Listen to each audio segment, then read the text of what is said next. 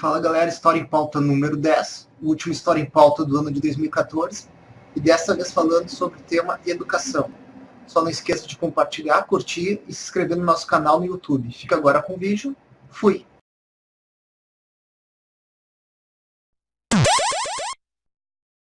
Programa História em Pauta, edição número 10, aqui diretamente de Porto Alegre, capital da Gauchada.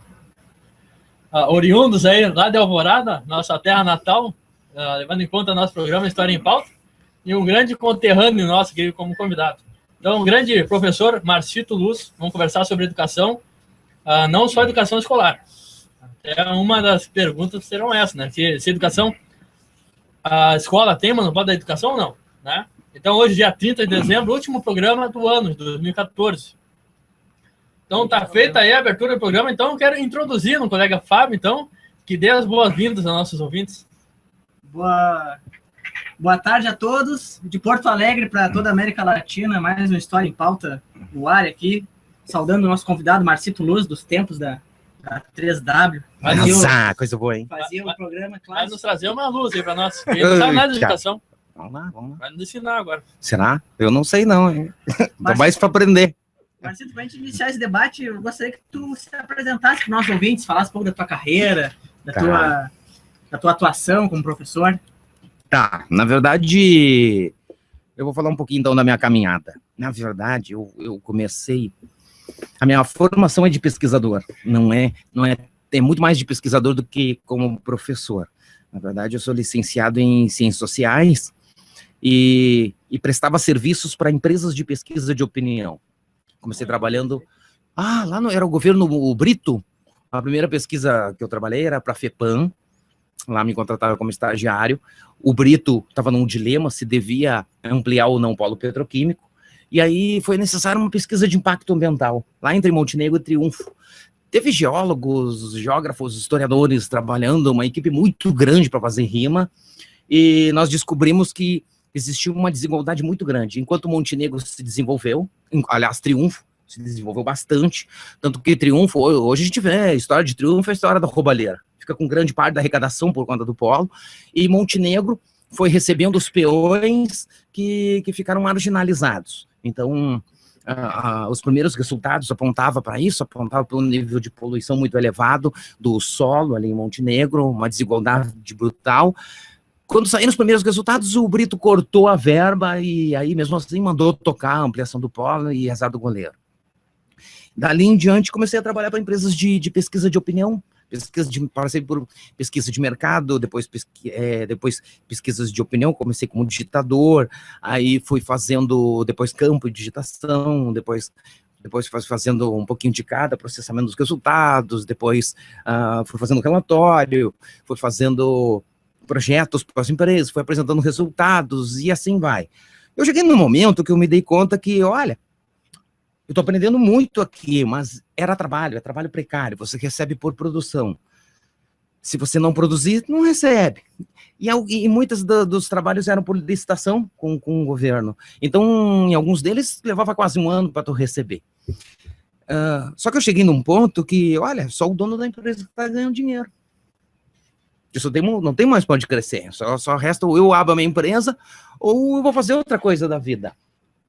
E não tinha como abrir uma empresa, porque isso envolve muita grana e tu tem que ter publicações, um título, alguém de envergadura que tenha um título para te dar sustentação, né? Então é um investimento muito grande. Pintou em 2003 o concurso lá de Alvorada. Meu pai me levou, na verdade, o edital lá em casa. Eu estava recém começando a morar com a Elisângela, minha mulher, e aí o pai queria que eu fizesse concurso para sociólogo, mas era uma vaga só. Eu, papai, é o seguinte, não vai não. Meus colegas do doutorado, aqui, do mestrado, doutorado, tem publicações, estão anos luz à frente, vão se matar e para uma vaga só. Vou tentar aquelas 3 vagas para professor de estudos sociais. E aí era ficar de passagem. Por algum tempo acabou dando certo. Daí eu fui aprovado nesse concurso e tentei o pós na política lá na URGS, também fui aprovado. E aí assumi em março de 2004 na rede. Estou até hoje. Depois 10 anos, então, de... 10 anos já. Foi aí 10 que tu te assumiu. Acabei ficando, era uma passagem, né? E acabei vindo morar em Alvorada, morava ali no Costa e Silva, pertinho do Sambódromo. Acabamos comprando uma casa ali, no Algarve, divisa ali com Porto Verde. E há 2 anos pintou o concurso para o Estado. Fiquei uns 10 anos esperando para a vaga para professor de Sociologia, que é onde estou agora.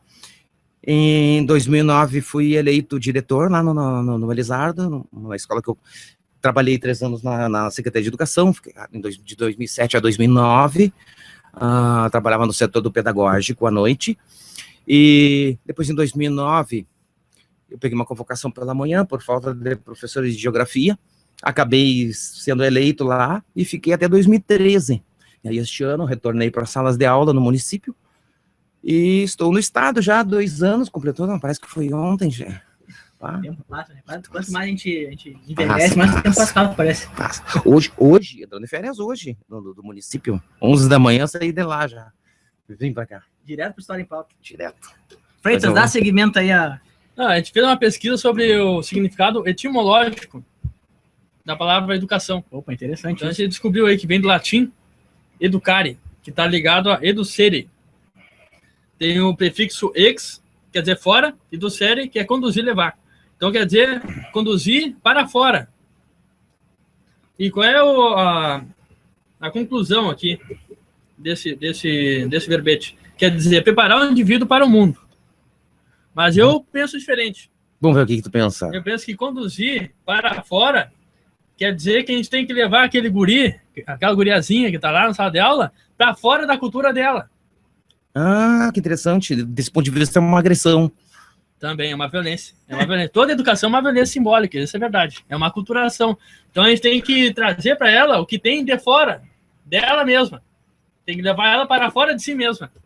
Então, eu acho que a educação implica, sim, uma violência, uma aculturação. Não tem como fugir disso. Uhum. Então, aí tu coloca a criança para fora, levando ela em contato com o acúmulo de conhecimento criado pela humanidade. Aí a gente vai de acordo com o próprio Dermerval Saviani, que tu trouxe alguns... Vamos falar sobre esse cara aqui. O conceito de educação, mais ou menos, é influenciado por ele. Então, eu queria saber se tu concorda com esse conceito aí, o que tu acha, o que tu pensa, o que é educação para ti? Eu vou emendar essa pergunta com uma outra, que eu gostaria, ao mesmo tempo que tu comentar esse conceito do Freitas, eu gostaria que tu colocasse o teu conceito de educação, Marcelo. Certo. É o seguinte, é que a ideia da educação, aqui no sentido etimológico, é de preparar o indivíduo para o mundo, né? Na verdade, não existe isso. O indivíduo já está no mundo. Entende? É contraditório. É como se ele estivesse fora do mundo. Sim. Sim. É muito parecido com isso que tu está dizendo. Mas é uma falsa ideia essa ideia marqueteira que se vende de que a escola, que o objetivo da escola é preparar as pessoas para o mundo, para a vida. Não é isso. A pessoa já está na vida. Mas eu acho que essa questão de preparar o indivíduo para o mundo é uma conclusão, algo subjetivo desse autor. Uhum. Na verdade, objetivamente, quer dizer ex fora e do ser é conduzir. Quer dizer conduzir para fora. Uhum. Esse é o significado. Mas aí tu que vai concluir, né? Tu que vai conceituar a partir disso aqui. Certo. Né? Então tu concorda comigo que essa explicação aqui é falha. Completamente. Mas é curioso que essa posição ainda é preponderante nas escolas. Ela está muito ligada a uma visão tradicional das coisas. Até o significado da palavra aluno. Aquele que não tem luz, não tem conhecimento. Aí vem o Marcito Luz e traz a luz. O Marcito Luz é a contradição de aluno.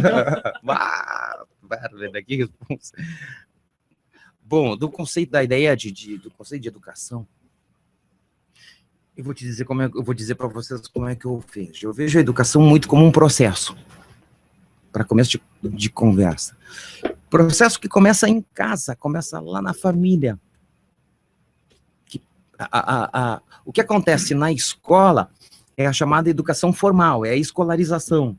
Educação é muito mais amplo do que acontece na escola. A escola é uma partezinha muito pequena. Então a gente nasce, vai adquirindo conhecimentos, habilidades, vai passando por um processo de socialização e a educação vai acontecendo por aí. Tem muitos agentes que interferem. Não, a escola é um deles. Mas as igrejas, a imprensa, a mídia, a universidade, os filmes e por aí vai, também são agentes de formação de opinião e também são agentes educadores. Tem sua função educativa, né? Você tocou numa questão muito interessante, que é a questão da família como uma das grandes bases da educação. Uhum.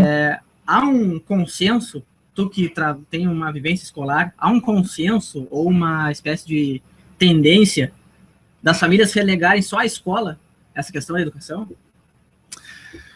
É complicado. Olha, aí eu te diria que aí não há. Uma coisa é bastante clara. Os pais que participam nas escolas, nas reuniões, que acompanham seus filhos, os filhos têm um desempenho muito melhor. É gritante. Existem famílias também, algumas muito pobres, e outras famílias mais abastadas, que vivem muito mais a exploração capitalista, e aí não consegue acompanhar mesmo.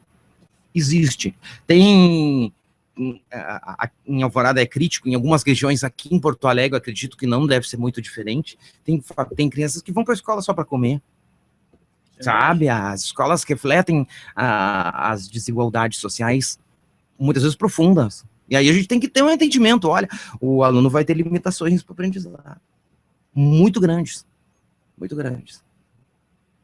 Então tu concorda que a educação não é monopólio da escola?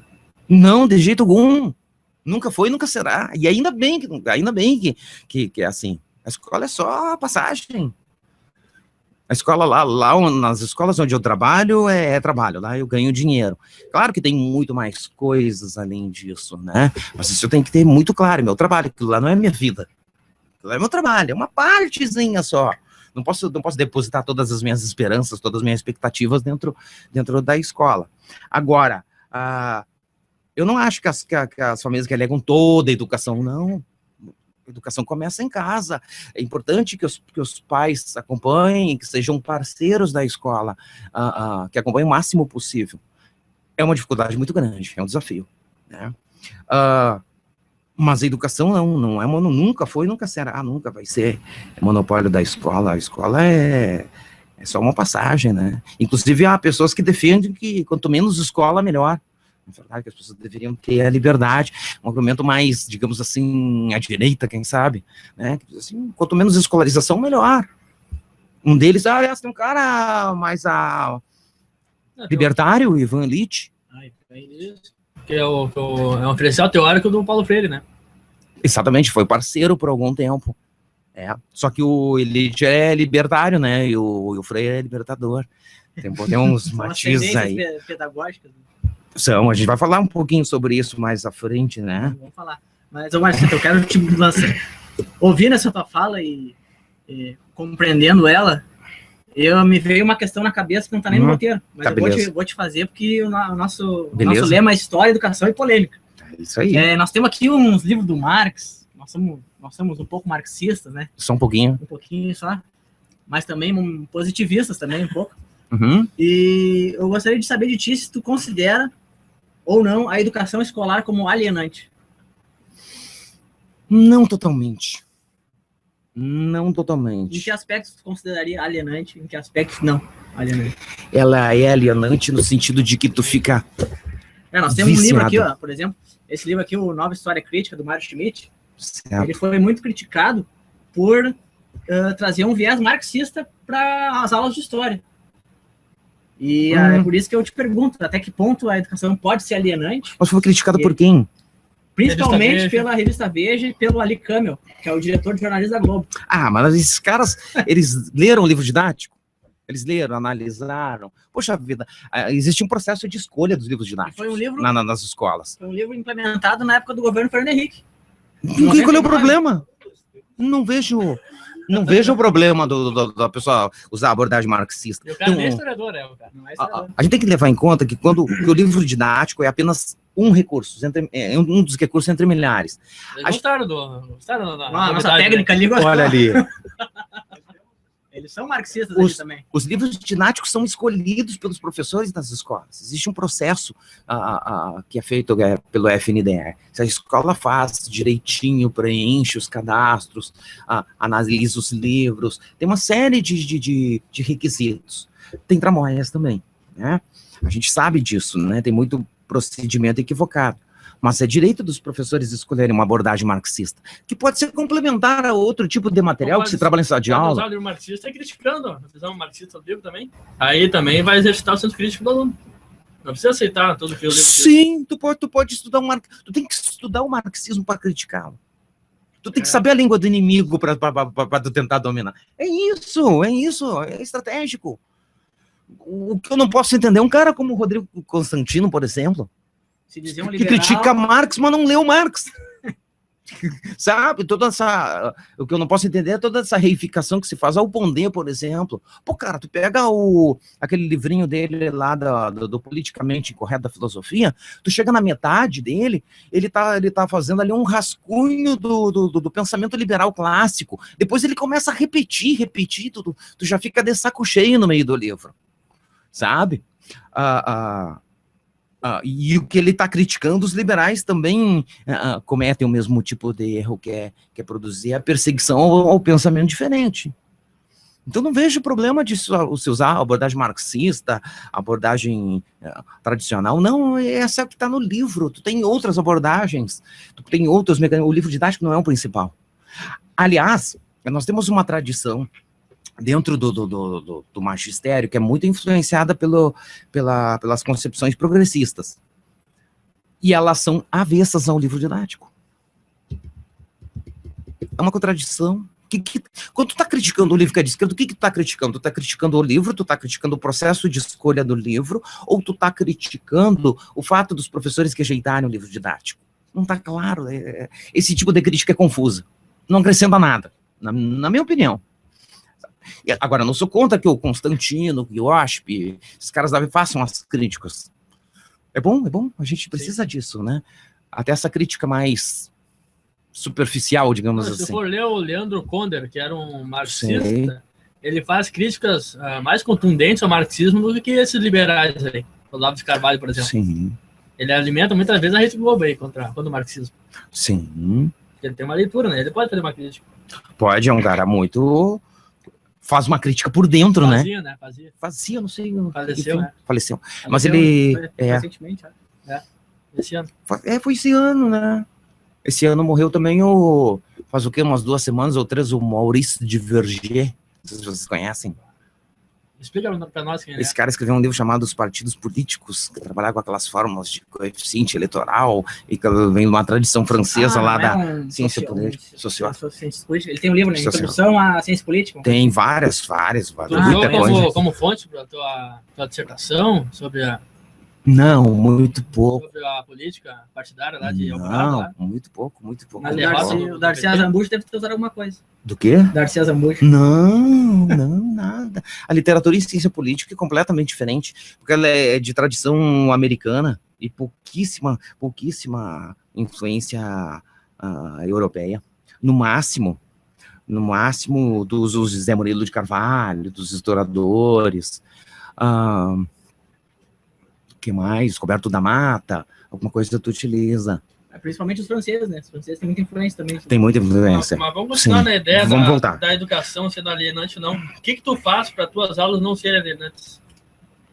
Eu gosto de trabalhar com a dinâmica em que o aluno pega um livro, pega um tema e apresenta. Ele vai lá e apresenta como quiser. Se quiser fazer um PowerPoint, se quiser pesquisar lá no Google, no YouTube, pesquisa e apresenta resultados e traz questões. Tem uma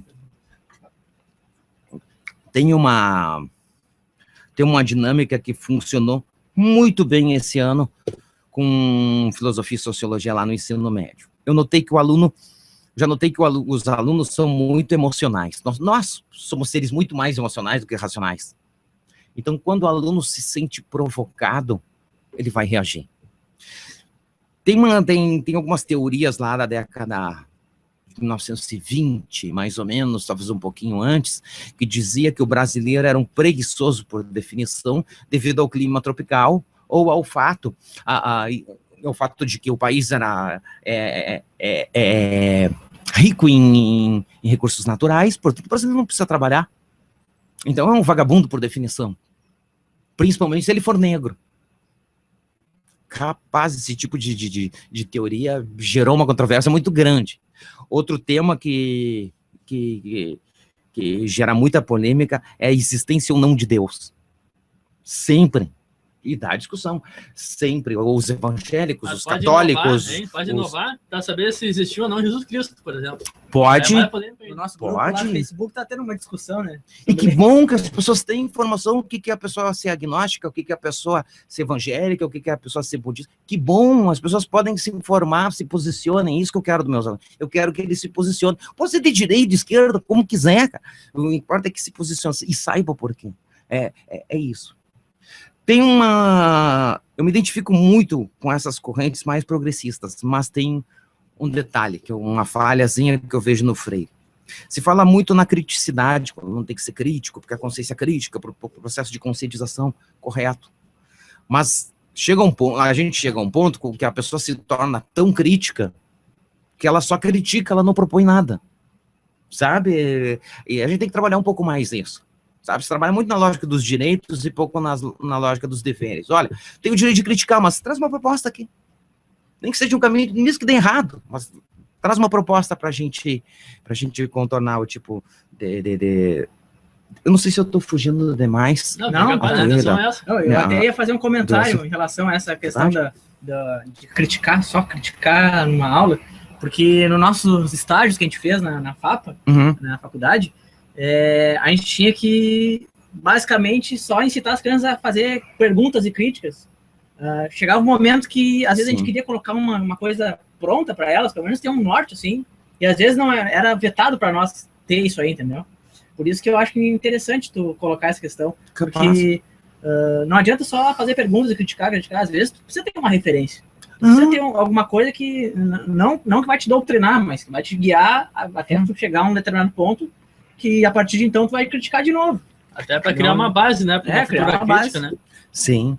Quer ver uma coisa? Um outro tipo de tema que dá muito pano para manga é tu trabalhar mudanças sociais. Por exemplo, tem um livro chamado As Regras do Namoro Antiga.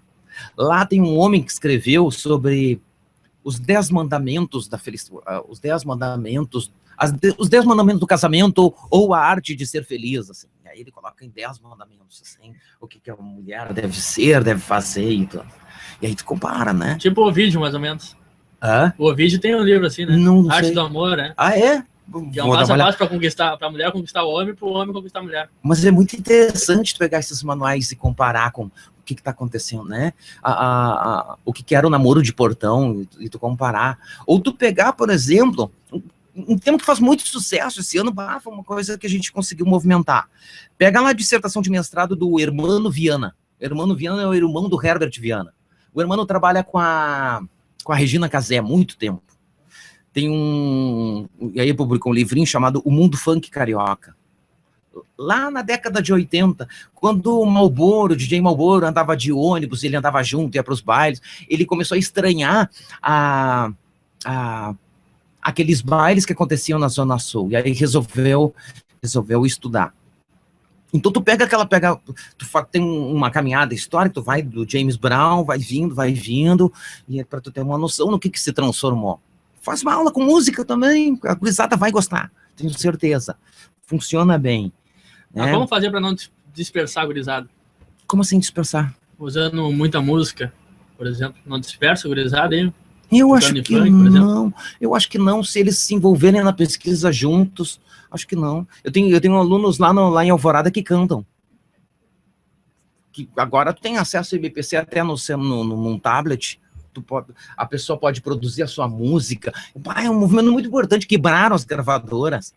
Cara, isso aí talvez seja exagerado, mas é revolucionário. Ninguém imaginava que iria acontecer uma coisa dessa.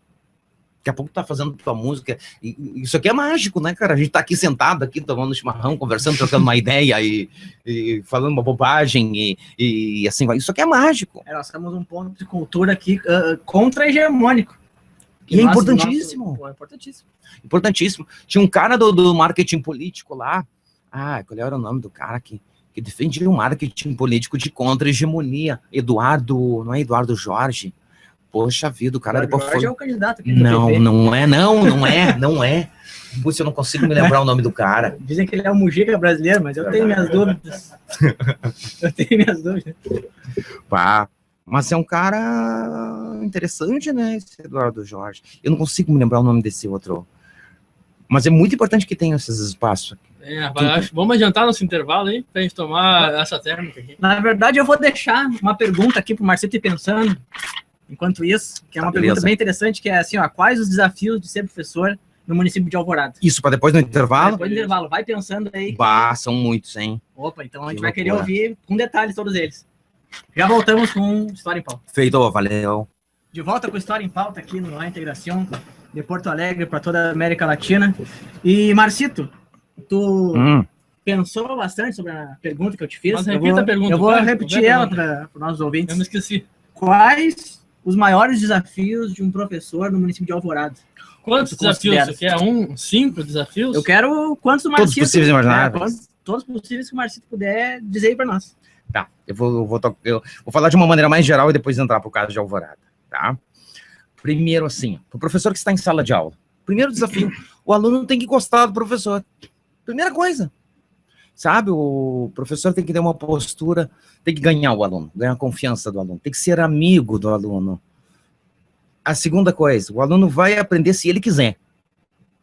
Só se ele quiser. Se ele não quiser, não aprende. Porque toda ação é motivada, né? Exatamente.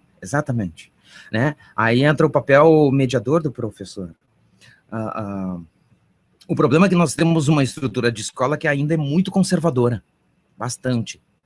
Por exemplo, eu estava conversando aqui no intervalo sobre um projeto que é revolucionário, que mexe com a estrutura das escolas, que é o Mais Educação. Tu não vai trabalhar com a escola inteira, mas tu vai trabalhar com um grupo de 15, 20 alunos. Ali tu pode fazer diferença.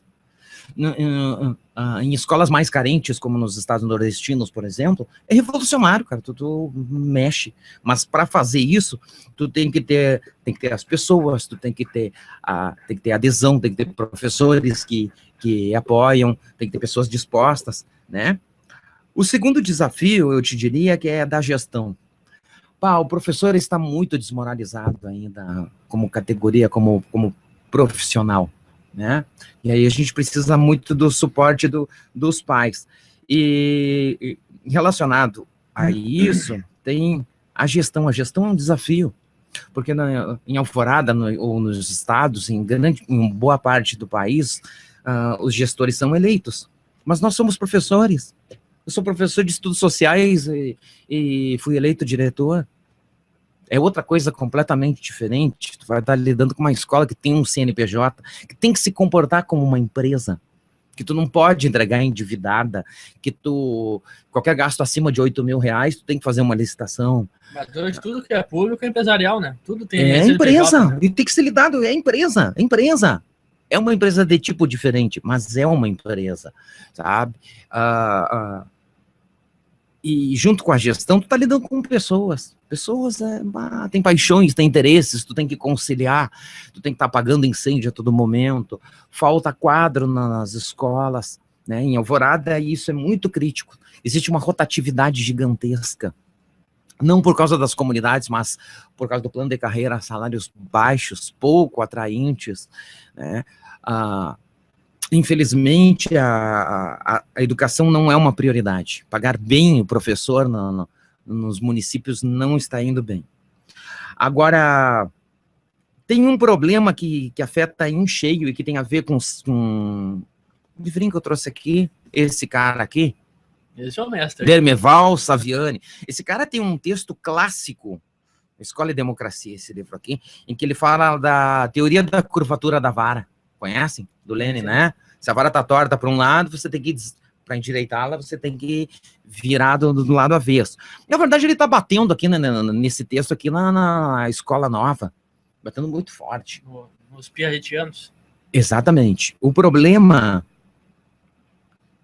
quando eu li isso aqui, eu pensei do ponto de vista das políticas públicas. Está acontecendo a mesma coisa. Isso está afetando não só Alvorada, mas os municípios em cheio. Terminou lá em Alvorada o governo Brum, assumiu lá o PT e tomou uma série de medidas autoritárias, assim, de cima para baixo. Sabe? Uma greve de professores esse ano, dos servidores públicos. O prefeito fez uma queda de braço muito dura. Agora, hoje, acabei de receber R$ 1.150 de abono. Né? Poderia ter dado 150 durante o ano de aumento salarial. Tá muito claro que não deu porque não quis. Sabe? Politicamente é um equívoco muito grande. Pagar bem, tu tem que pagar bem para manter os professores, né? E aí os professores fazem concurso lá em Cachoeirinha, em Porto Alegre, em outros municípios, porque está pagando melhor. Então nós perdemos, na verdade os alunos pagam uma conta muito alta. Teve escola que fechou o ano com um quarto, quinto professor de geografia. Como é que o aluno vai aprender? Não há continuidade. Nem chega a gostar do professor, né? Não, é o primeiro dá ponto tempo. que tu citou agora. Exatamente, tu não consegue criar vínculos. Isso quando tu fica na escola onde eu estou hoje, pela manhã, no passado, eles ficaram mais de 6 meses sem um período de geografia. Aí entrava uma professora lá, dava qualquer coisa. Não pode ser assim. Aí o abono é dinheiro que está sobrando, que está mal administrado e está dividido entre os professores que estão na rede. Isso não é certo. Então, assim, Porto Alegre também tem uma rotatividade grande, mas é pelo fato de que paga-se bem, mas tu vai trabalhar em locais de alta vulnerabilidade, né? Te mandar lá para o Morro da Cruz, vão te mandar para o Bom Jesus, aí você vai ter que negociar com traficante para dar aula, tem uma série de outros problemas, né? Enquanto que a comunidade já em Alvorada é muito mais tranquila, mas tá muito difícil, viu? Tá muito difícil de lidar com as pessoas, porque cada um tá puxando a corda pro seu lado, sabe? Os diretores têm os seus interesses, os professores têm os interesses, os alunos também, e aí tu tem que conciliar, né? Toda hora, é uma balança muito complicada. Agora, em sala de aula, sinto falta ainda no magistério, trabalhar mais com a teoria, estudar mais. Magistério não estuda. Por que as editoras quebram aí, as tiragens são baixas? Não compra livros. Não lê, não se discute ideias, né, cara? Poxa, tu chega em sala de professores, tu vê os caras falando do Big Brother lá, da novela das 8. Cara, isso quando tu não entra assim, cara, e é só Avon, Natura, nada contra, cara.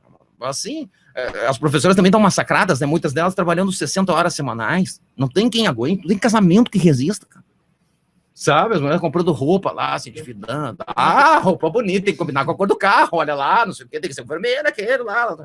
E aí vai. Que eu já percebi é o seguinte, que quando tem algum evento, algum seminário, que os professores são convidados aí, eles consideram uma exploração, como fosse um trabalho a mais. Eu não tô Sim, pra isso. Aconteceu esse ano no recesso de julho, nós tivemos um seminário de educação e sociedade. Eu achei o máximo, adorei, porque foi dentro da minha área de formação. Só que custou 727 mil reais. Cada palestrante recebeu 12 mil para uma palestra de 1h30. Por exemplo, do Zé Vicente Tavares dos Santos, que é figurão lá, diretor do IFCH da URGS, 12 mil reais. Cara, isso é quase metade do que eu recebo num ano inteiro, trabalhando 40 horas. Sabe? Não tem cabimento. O cara se formou numa universidade federal, fez mestrado, fez doutorado, pós-doutorado no exterior, com dinheiro público. Nós pagamos esses caras. Nós pagamos, né? Nosso dinheiro não é de graça. Sabe? O cara se torna figurão, e aí o cara recebe 12 mil do município, do penúltimo município que tem o menor PIB per capita do estado. Sabe? E isso é imoral. Nas universidades, eu noto muito isso aqui na própria URGS, que esses professores de pós-graduação e tal, eles ficam lá há muito tempo e ganham muito dinheiro. Eles são quase, vamos fazer uma comparação meio tosca, mas tem toda aquela polêmica, né, de criticar os deputados por ganharem a aposentadoria X, os juízes por ganhar 24 mil, auxílio moradia, Mas esses caras figurões, como tu citaste, das universidades federais, eles não deixam de exercer um papel semelhante também. Sim. De receber esses benefícios e CAPES, CNPq, e são sempre umas figurinhas carimbadas na academia, Sim. assim, né? No Chegou por 90... alto escalão da academia. Lá nos tempos do FH, criaram um negócio chamado GDE. É uma gratificação para o professor que dá aula. Cara, tá recebendo uma gratificação para tu exercer aquilo para o qual tu já é pago. Cara, é bizonho, é bizonho. Aí se critica os juízes, os deputados, cara, não tem cabimento. O que acontece na universidade é o que movimenta mesmo, não é o ensino, é a pesquisa, é onde corre a grana, status, publicações, eventos e viagem para os congressos. Aí os caras botam lá o estagiário, o aluno do pós para dar aula, para substituir, e por aí vai. Mas não são todos. Não são todos. Teve a Ana Lu Farenzena, por exemplo, no seminário, que falou sobre o Fundeb, o financiamento da educação. Deu uma excelente palestra, ela mostrou como é que a Alvorada recebe dinheiro, né, mais recebe do que contribui, né, então se dependesse só dos seus 25%, não daria para sustentar a rede. Fez uma excelente palestra mostrando sobre financiamento da educação, as políticas públicas, a lógica, como é que está o caso de Alvorada. Alvorada, por exemplo, fechou em 2012 com 25% de reprovação dos alunos de sexto ano até o nono. Ou seja, a cada 4 alunos, 1 reprova. Tu tem noção assim, mais ou menos de qual é o... Eu não me lembro o nome da escala, mas tem um índice que mede assim, a educação dos municípios. Tu tem noção mais ou menos de Alvorada? Não tenho agora. Mas ela tá bem... Tá bem colocada. Tá bem, não tá bem colocada, não. É muito complicado. O avanço nesses índices de Alvorada é muito baixo. É muito baixo. E isso não se resolve com um caminhão de dinheiro. Isso se resolve com formação. Falando em informação, tem uma indústria da reprovação muito violenta dentro da rede. Quem sabe tu fala um pouco para nós sobre esses livros que tu trouxe para nós aí. Eu trouxe alguns caras que eu gosto. Por que tu gosta deles? Eu vi. Me convence a ler 2 livros desses aí. Aqui no roteiro eu só quero fazer um parênteses aqui. Eu não acho que a leitura, um professor que goste mais de ler, de estudar, de escrever, seja melhor do que outros. Não acho que a leitura te torna um bom professor. Já começa por aí. A leitura te torna qualificado, te dá mais alternativas. Fato. Tu vai escrever, tem condições de publicar, mas tu vai te tornar um bom professor mesmo com a caminhada. É que nem dirigir um automóvel no começo, tu fica inseguro, tu tem medo de um ônibus que tá lá no outro lado, tu acha que a jamanta vai te esmagar e não vai. Com o tempo tu começa a perder. Porque na verdade quando tu aprende a dirigir, tu aprende a fazer um trecho. Não é a dirigir de verdade. Mas tem alguns caras que eu conheci no meio da caminhada, eu fui conhecendo, alguns colegas foram me apresentando, e que eu acho legais. Tem muitos, foi difícil selecionar. O primeiro deles, para tu entender as correntes, este cara aqui, José Carlos Libânio. Ele é bem lido bastante. Nas graduações de licenciatura. Exatamente, a democratização da escola pública, pedagogia crítico-social dos conteúdos. Ele faz um mapeamento das tendências pedagógicas, das correntes, as suas principais Esse livro eu li bastante características. Sempre. Na licenciatura. Exatamente, é um livrinho clássico. Depois, este livrinho do Hamilton Werneck, esse cara eu conheci em Curitiba. Achei muito estranho quando eu li esse livro aqui, mas depois que eu conheci, o cara é muito melhor apresentador do que escritor. Mas ensinamos demais, aprendemos de menos, e os alunos aprendem cada vez menos. Por quê? Porque os assuntos são cada vez mais desinteressantes. Hamilton Werneck é um cara dos anos 80, tem vários outros, uma leitura extremamente simples, rapidinha, fácil de ler, gostosa. Outro cara que é quase um poeta, que é um cara... Rubem Alves. Esse cara aqui é uma coisa... Tem vários dele. Falecido esse ano também, né? Falecido esse ano, entre a ciência e a sapiência. Esse cara me remeteu a um filósofo que eu acho um gênio, um cara da direita. Arthur Schopenhauer. Tem um livro dele chamado, pela LPM, chamado Arte de Escrever. E o Schopenhauer defende que, num certo momento, que chega um momento que tu lê tanto que tu fica burro. Eu também disse que tu tem que selecionar o que tu vai ler também. Não vale... Não pode ler tudo. Porque não tem tempo, não tem energia. E tu fica burro porque tu pensa as ideias dos outros. Não, tu deixa de pensar as tuas ideias. É o que a educação faz, né? Já diria o Bourdieu, tem um livrinho clássico lá, Reprodução. E não vejo problema na reprodução. Tu pode escolher o que tu vai reproduzir. Esse que é o desafio. Tu selecionar o que tu vai reproduzir.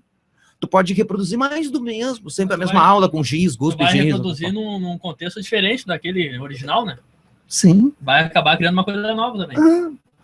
Sim, voltamos de novo. Por que não usar o marxismo para tu criticar ou para tu aperfeiçoar, ou para tu... Os alunos se identificam, meus alunos do ensino médio se identificam muito com a perspectiva marxista. Para eles é muito claro, que eles são trabalhadores, eles veem lá o explorador, o explorado, o capitalista como um sanguessuga. É muito claro para eles, é materialista. O aluno aprende isso com um exemplo prático, com a situação cotidiana, sabe? Já uma teoria mais weberiana, durkheimiana, é muito mais difícil do aluno entender. Eu quero saber o seguinte, eu li uma frase aqui que me fez pensar muito, quero saber se tu concorda, o que tu acha dela. Vamos ver. Quem sabe faz, quem não sabe ensina. Concorda? Concordo. Por quê? Concordo. Isso é um pressuposto, inclusive, freiriano, né? Tem coisas que meus alunos sabem que eu não sei. E essa que é uma das surpresas. Por exemplo, quando tu trabalha com uma metodologia do tipo apresentação do aluno diante de um tema, ele vai te trazer muitas informações, dados e experiências que tu nunca imaginaria. Hoje, por exemplo, eu vi uma aluna que desandou no choro quando ela soube que estava aprovada. Vamos lá conversar, quando eu fui lá com a menina, abracei a menina, deu os parabéns, vem cá, papapá. Depois eu soube que, minha mãe estaria muito feliz se ela estivesse aqui comigo. A mãe dela, há um ano atrás, cometeu suicídio. Jogou álcool no corpo e atirou fogo. Sabe? Eu saí chocado da escola. Uma aluna é extremamente inteligente, capaz, mas eles também, muitos deles vão internalizando pelos professores, a ideia de que eles não são capazes, de que eles não podem, de que eles não vão ser nada mais que empregada doméstica. E essa frase também traz um pouco de egocentrismo dos próprios professores, que se colocam como um ser que sabe de tudo, que não precisa aprender mais nada e que é só despejo de conteúdo. Por definição, a origem da palavra professor é essa, né? É um arrogante. Sabe tudo, detentor do conhecimento. O aluno é uma tábua rasa, né? Vai ser preenchido na sala de aula. Sim, tu vai transferindo, vai enchendo a cabeça do aluno, como quem vai enchendo uma linguiça. Esse modelo de escola tá superado, tá aí mais educação de escola aberta. Que pressão, chefe. Vou continuar os livros aí. Vamos lá.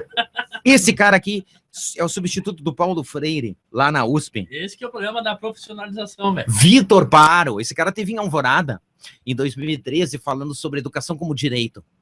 Pena, porque é o cara mais qualificado desse país para falar sobre gestão democrática. Esse cara defende eleição de diretores, tem um livrinho dele chamado Crítica da Estrutura da Escola, tem um outro livro que eu não me lembro o nome, que a capa, ele é todo azul, e tem uma criança numa grade, como quem tá num presídio. Rapaz, é uma analogia muito forte. E a escola cada vez mais se parece com um presídio. Se cerca de grade, se defende, se protege da comunidade, é ata para tudo quanto é lado. Os professores afundados em procedimentos burocráticos. Pressão para aprovar aluno, teve uma mudança aí do Politécnico, o Estado melhorou porque aprovou. É um inferno para o professor reprovar um aluno. Não é porque o aluno aprendeu mais, não é isso, sabe? E criou um tipo de aluno, se criou um aluno no ensino médio que chega lá no final do ano, no último mês, começa a frequentar um pouco mais as aulas, faz lá o PPDA, que é uma espécie de recuperação, e está aprovado. É isso que está acontecendo no Estado. E mais, o Politécnico foi imposto goela abaixo. Não é que a proposta seja ruim, a proposta é muito boa, só que a maneira com que foi implementada acabou sendo desastrosa, né? Depois tem uma corporativista, professor refém da Tânia Zaguri, Essa mulher trabalha com estatística, na verdade, ela é filósofa, e ela defende que isso passa muito pela desvalorização dos professores, né? E tem a ver com Dermeval Saviani, porque entra governo, sai governo, mudam as políticas, tem uma rotatividade grande nas redes, tu não consegue continuar, do nada o novo prefeito vai assumindo, destrói tudo aquilo de bom que foi feito pelo governo anterior. Já o governo federal não, tem uma continuidade muito grande. Mesmo se a Dilma tivesse perdido a eleição, ia continuar a política, não ia acabar com mais educação, porque está referendado no Plano Nacional de Educação. Não tem como mexer nisso. Não tem como mexer como Bolsa Escola, Bolsa Família. Havia já um pacto de continuidade. Ninguém quer mexer nisso. Porque os resultados têm sido satisfatórios. Tem o PPDE, que é o programa PDDE, Programa Dinheiro Direto na Escola. Ninguém quer mexer nisso. Teve uma proposta aí de alteração, vai começar a ser discutida agora do ensino médio, uma nova alteração. Acho que é uma tendência, não é porque é uma invenção do Cid Gomes que vai assumir, não é. É uma tendência, o aluno vai lá no ensino médio, já vai definir o que ele quer estudar mais humanas, vai querer estudar mais exatas, vai se especializar, vai estudar um pouquinho mais daquela área que demonstra interesse. Também vai abrir o precedente do aluno escolher estudar com aqueles professores que ele mais gostam, sabe? Que é algo não previsto. De repente a pessoa não gosta tanto de filosofia e de sociologia, mas vai lá estudar com aquele cara porque gosta daquele cara, sabe? Eu acho que isso aí pode ficar mais claro com o tempo, né? Mas a escola ainda, só para fechar a ideia, a escola é um espaço muito conservador. De 2 em 2 anos acontecem Olimpíada de língua portuguesa. Algumas escolas aderem, outras não. Mas as escolas recebem um material. Mas as escolas não usam esse material ao longo do ano. Tu poderia fazer, por exemplo, uma escola, um concurso de poema, um concurso de crônica, e premiar, dar medalha para os alunos, dar um certificado, fazer um evento bonito. Todo ano tem Olimpíada de Astronomia e Astronáutica. Pouquíssimas escolas participam. É um prato cheio para o 6º ano. Todo ano tem Olimpíada de História, Olimpíada de Geografia, Olimpíada de Robótica. As escolas estão ainda muito fechadas ainda. Está abrindo, mas ainda o caminhar da escola ainda é muito lento. Tem mais educação, as escolas têm medo, muitas vezes têm medo de implantar lá uma oficina de jornal, uma oficina de rádio, né? E faz diferença. Tu vai pegar 4 ou 5 alunos, numa turma de 30, tu vai fazer diferença para 4 ou 5. Cara, tu cumpriu tua tarefa. É isso. Eu acho que é uma inversão, então, no seguinte sentido, de que a escola, ao invés de de ter um papel protagonista na sociedade, no sentido de trazer novas ideias, de buscar novos conceitos e de fazer essa própria, vamos chamar assim, de descoberta das crianças enquanto autores de poemas, desenhistas, historiadores e tal, ela não anda perdendo esse papel e ficando no conservadorismo da sociedade, em vez de ter o papel de protagonista, assim, de papel da revolução, né? Com certeza. Com certeza absoluta. Absoluta.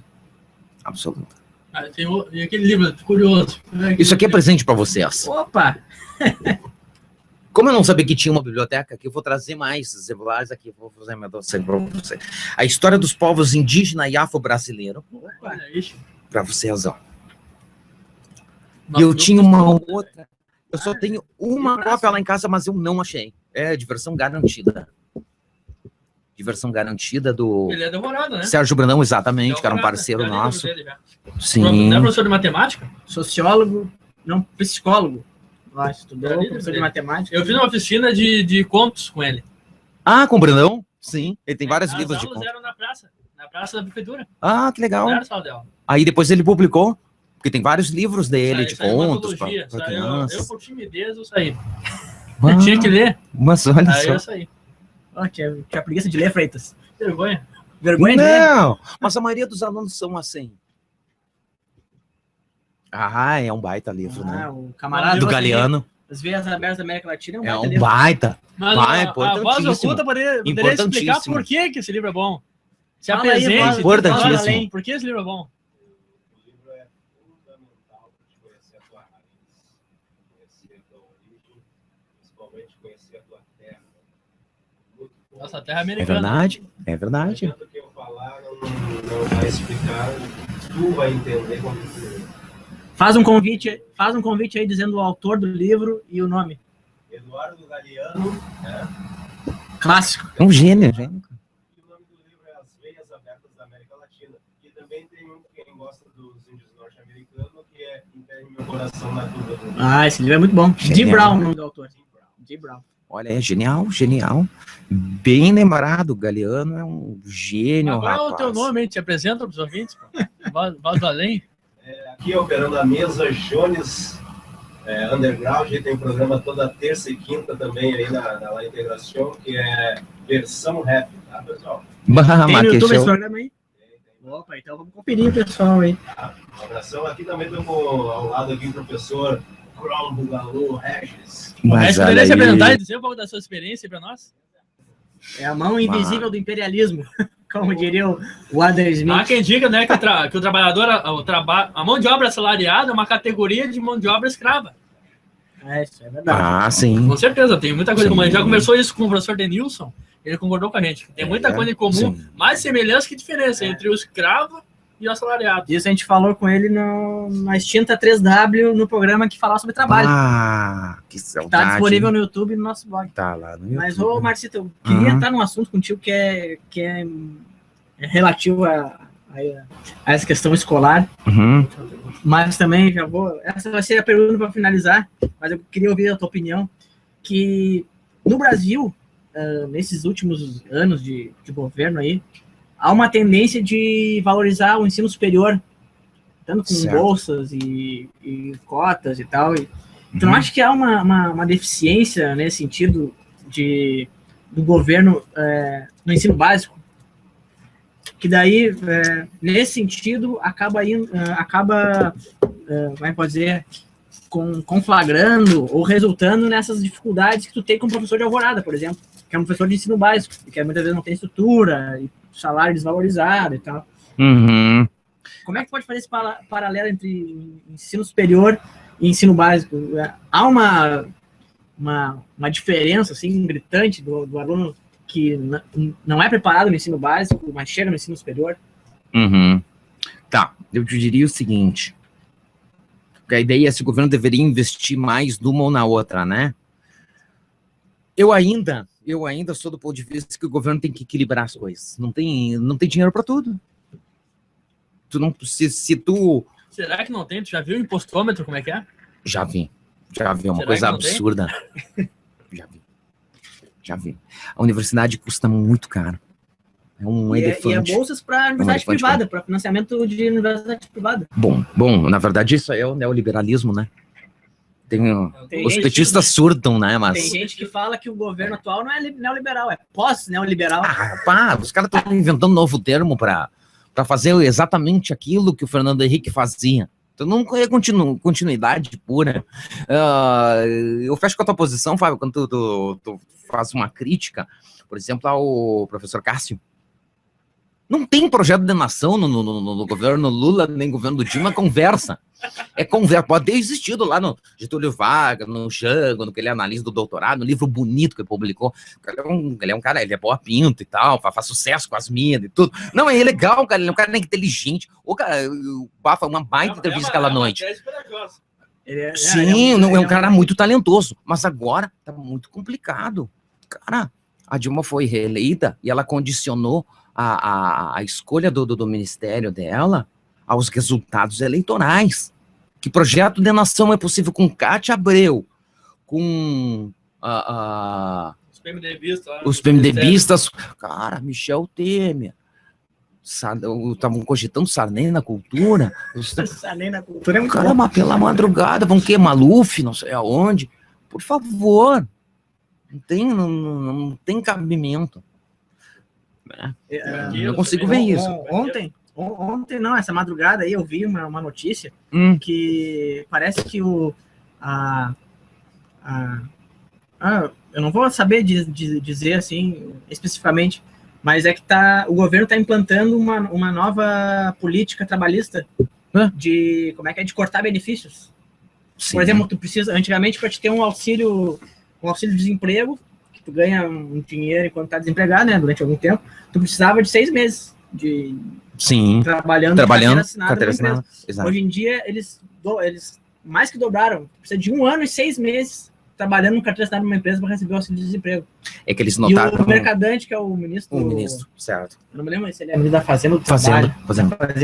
Ele disse que está fazendo isso para tentar adequar e conter os gastos do governo. Certo, e faz sentido. Sabe, pode parecer absurdo, né? É bem neoliberal. Não. Eu noto nos meus alunos que estudam à noite. Porque exatamente, o cara fica... lógica totalmente neoliberal. Claro que é, mas é o seguinte... Claro que quebra o caixa, esse é o problema. Aí é o seguinte, a gurizada já não... Essa juventude de hoje não tem a mesma noção de carreira que nossos pais, ou que talvez até nós temos. Isso é verdade. A gente ficava 20, 30 anos de tu construindo uma carreira, construindo uma imagem. Sabe, a imagem do professor. Hoje tu já não tem mais isso. Hoje o pessoal vai pro mercado de trabalho, tu tá de saco cheio, tá infeliz, tu sai, vai fazer outra coisa da vida. Sabe, a mobilidade social tá acontecendo, né? Então, eu não vejo, a juventude já tem outras perspectivas. Eu vejo muito nos meus alunos, eles trabalham 6, 7 meses e saem, negociam para receber o seguro. Isso inclui também os professores também. Sim. Que entram e logo já saem, vão para outra área também. É uma categoria que, como tá massacrando, salários baixos, ambiente de trabalho nem sempre é bom. Porque no magistério está muito assim, um por si, Deus por todos. Essas mudanças súbitas de políticas públicas dos governos municipais, da noite para o dia, isso não é um problema do PT, isso é tudo quanto é partido. Os caras vão lá, pegam a Secretaria de Educação e botam a irmã, botam o parente, botam a familiarada, aí eles não vão compor contigo lá, que é diretor da escolinha lá, porque eles não vão com a tua cara. Não é porque tu é capaz, porque a tua escola, porque a tua comunidade, não. Sabe, a política em Alvorada lá é muito provinciana ainda. Sabe, a gente tá assim o Nordeste é lá. O Nordeste é lá. Eu acho que por Alvorada ser periferia de Porto Alegre e ser uma cidade, às vezes, mal vista pela mídia ou pelo senso comum, dificulta ainda mais esse processo? A imagem é negativa e, infelizmente, os governantes têm vendido essa ideia. Porque muitas vezes o aluno pode até internalizar isso aí, né? Mas não é só nas escolas, é a vida política, é a mentalidade. Sabe, o cara que perder, o cara que for derrotado vai ser absorvido pelo vencedor. Tá aí o Vieira da Cunha para contar essa história, tá aí o governo Sérgio, tá aí o Fortunati para contar essa história aqui em Porto Alegre, sabe? Os que ganham vão absorver os que foram derrotados para dentro, tá todo mundo abraçado, né? Eles mesmos estão vendendo uma ideia de senso comum, muito forte do senso comum na vida política. É muito útil isso politicamente para conseguir verba, né? No governo federal. Aumentar a pobreza do município para ganhar mais verba. Sim, faz sentido. Mas vamos finalizar o programa então. Vamos finalizar. É o seguinte. A é grande. Eu não sei se tem mais alguma coisa. Já tá? Já? Já tá na hora. Bah, mas como o tempo passa, até amanhã, ó. O patrão. Já fica o convite pro Marcito pra gente fazer uma segunda rodada desse tema aí, que é muito interessante. Vamos, estamos aí. Pauta em nova etapa com substituto. Mas, olha aí. Já tá escolhido o substituto? Não? Eu fiquei botando no Face lá. Vai um concurso. Só deixa eu comentar uma coisinha. Acho que ontem tu colocou alguma coisa no Face lá, Fábio, sobre o professor, procedimentos burocráticos. O professor brasileiro trabalha mais, pelos 25% mais. É baixo aquele percentual, é maior ainda. Eu não me lembro o percentual da 27, 28%. É por aí, eu acho que é maior, cara. É, porque tem a questão. É uma coisa absurda. Que naquele artigo lá ele fala sobre o professor, além de fazer as questões de sala de aula, por exemplo, tu agora tá de férias agora, entrou de férias agora. Mas ainda tem a questão de os professores corrigirem tarefas e prepararem tarefas, em plano de aula e tal, que eles fazem isso extra-muro escolar. Exatamente. Tu trouxe uma biblioteca pra cá. Cara, não, eu trouxe alguns que são legais. Esse aqui não tem nada a ver com educação, mas eu nunca tinha ouvido falar na minha vida, então eu vou falar rapidinho. Tem a ver com educação escolar, mas nada. É educativo também. Pá, cara, eu vou ter que escrever sobre isso. A política não é uma forma de educação? Pode, porque não deve ser, não só pode, como deve. Os partidos têm que ter uma plataforma, as pessoas têm que se discutir. Deixar um tema para a próxima. Para a próxima? Na próxima? Eu quero ser vereador para implementar a política nas escolas. Vamos fazer uma sobre política, então. Educação e política, quem sabe aí mais à Vamos frente, fazer. quem sabe em fevereiro, né? Que eu preciso dar mais. Já ouviram falar no Frederico II? Eu sei que ele é o rei da Prússia. Exatamente. Esse cara escreveu, olha aqui, nunca tinha visto na minha vida. Anti-Maquiavel. Ele pega capítulo por capítulo do Príncipe e vai batendo. Nunca tinha, nem na universidade tinha visto. Descobri isso aqui no domingo, ali no Shopping Guatemina, na Saraiva. Eu, pá, cara, o que é isso aqui? Vou ter que comprar, né? Foi trintinho aqui, né, cara? Mas, não, valeu. Mas Diversão Barcelona, garantida. Barcelona ou comprou à vista? Não, à vista, fiz débito em conta, e aí vai, tudo contadinho, o dinheiro. Tá valendo. Não, o Marcelo, Vamos estudar, o Marcelo até precisa estudar. o Marcelo falou que vai escrever sobre isso. Vou escrever, Eu já vamos faço botar. um desafio e um convite pra ti. Eu tô devendo pra vocês Resenha. a resenha do Juremir. Ah, verdade. Fato, até final de janeiro tá na mão e Olha, a pressão vou é viajar grande aí. vou fazer desse aqui. Mas é assim, velho. Mas assim, tu tinha mais uma assim, última pergunta, é legal, isso pra gente cara. fechar? Não, Não, vamos deixar um gostinho de quero mais pra trazer o Marcelo aqui. E de nós novo. somos trabalhadores, somos proletários aqui. Azar. Não é padrão aqui. Então A gente quer agradecer aí, publicamente, a nossa querida ouvinte. Qual Quem é a delas? nossa ouvinte? Quem é nosso ouvinte? Quem é nosso ouvinte? A voz misteriosa fala quem é nosso ouvinte. Fala aí, querida meu. Jane, velho. Nossa querida Jane Argolo. Tá aí ouvindo nosso A grande programa. Olha que legal. idealizadora desse espaço, desse ponto cultural lá, Com integração. certeza ela Cara, vai isso aqui é gostar uma coisa sensacional. muito. Por quê? Eu cheguei aqui dentro, vi uma biblioteca, vi um lugar organizado, um lugar bonito. Fui muito bem recebido, sabe? Pô, que legal, cara. Nós Vamos fazer um somos- programa. nós somos Vamos fazer um programa aí contra-hegemônico. ano que vem, vamos fazer Nós assim. somos contra-hegemônico, a gente vem aqui e bagunça. Ótimo, mas tem que ser A assim, gente cara. influenciado com vocês lá na 3W. Tem que ser assim, que experiência. E como a gente cresce com essa experiência, cara. Ah, é verdade. A nossa teoria é prática. Diz o Ah, nosso isso- ditado O americano. núcleo central é a praxis. Muito bom, É a prática. muito bom. Então a gente agradece a Mas tua Antes de encerrar, só queria deixar um recado que em breve nós vamos divulgar a nossa terceira síntese americanista, né, Opa. Rafael Freitas? Que nós vamos fazer agora no começo de 2015. Agradecendo de novo o Marcito por ter vindo para cá. Vamos fazer uma próxima rodada aí. Agradecendo o pessoal da técnica. Agradecendo o Zezinho, que está aqui no estúdio também. Então é isso aí. Feliz 2015 para todo mundo. E Valeu, tudo de bom saúde, pra nós. felicidade e Que a gente merece, abraços né? maternos. Eu queria pedir um favor para vocês. Que vocês deixem um feliz ano novo para quem está ouvindo vocês e para toda a América Latina. Eu também escuta vocês também. Então Toda tá. hora. Entendeu? Vamos dar um. Eu vou falar e depois eu quero que os camaradas falem também. Que mandar um alô para todo mundo da América Latina que está nos ouvindo. Pessoal da Venezuela, da Bolívia, do Uruguai, da Argentina, de Cuba. Agora tem esse. Da Itália, da Argentina. Da Itália, da Argentina. A Itália, fica Argentina? Sim, América. temos representante na Itália também. Ah, Isso sem então, falar, os quem vai italianos lá e também. acessa, né? Acaba descobrindo uma pesquisa. Que bom, né? Que bom. Que 2015 só traga coisas boas para todo mundo nessa América Felicidade, Latina. muita harmonia. Mundo. Muita harmonia, felicidade. Isso aí. Freitas, dá o teu alô aí. O meu alô é totalmente contra o personalismo. A minha presença aqui não é um destaque. Passa a palavra aos professores. Nazar. Aí, meu povo, bem na saudação a todos aqui, certo? Aqui é o professor Regis Kroll-Bugalu, ok? Felicitando a todos. A nossa anfitriã Jane também. Um feliz ano novo e um feliz Natal. Que Deus, o Criador Supremo, possa estar em todos os lares, abençoando, trazendo paz, harmonia, discernimento e filosofia, certo? É o que eu desejo para todos da América Latina e para todos do mundão aí, ok? Paz. É isso aí, pessoal. La Integração abrindo nota. As veias já estão abertas, é só acessar a América Latina. E então o canal é aqui, ó, La Integração, é www.laintegracion.com.br. Desejando a todos um 2015 repleto de muita prosperidade e muita saúde. Agradecendo a todos da direção aí, né, a dona Jane em especial, seu Zezinho aí correndo para um lado e para o outro aí para nos associar aí, tá? Então é isso aí, muita paz no coração de cada um de vocês e fique com nós lá, Integração. Ah, tem muita coisa pela frente, né? Anuncia teu Eu programa. só quero... Hã? Anuncia teu novo programa. Mas calma, rapaz, tem que pensar na concepção do programa ainda, na ideia. Vou chamar Vou chamar meu amigo Josemar aí, daí surge umas ideias. Vamos fazer alguma coisa assim, alguma coisa vai acontecer. Se não quiser, vamos fazer um programa aí para.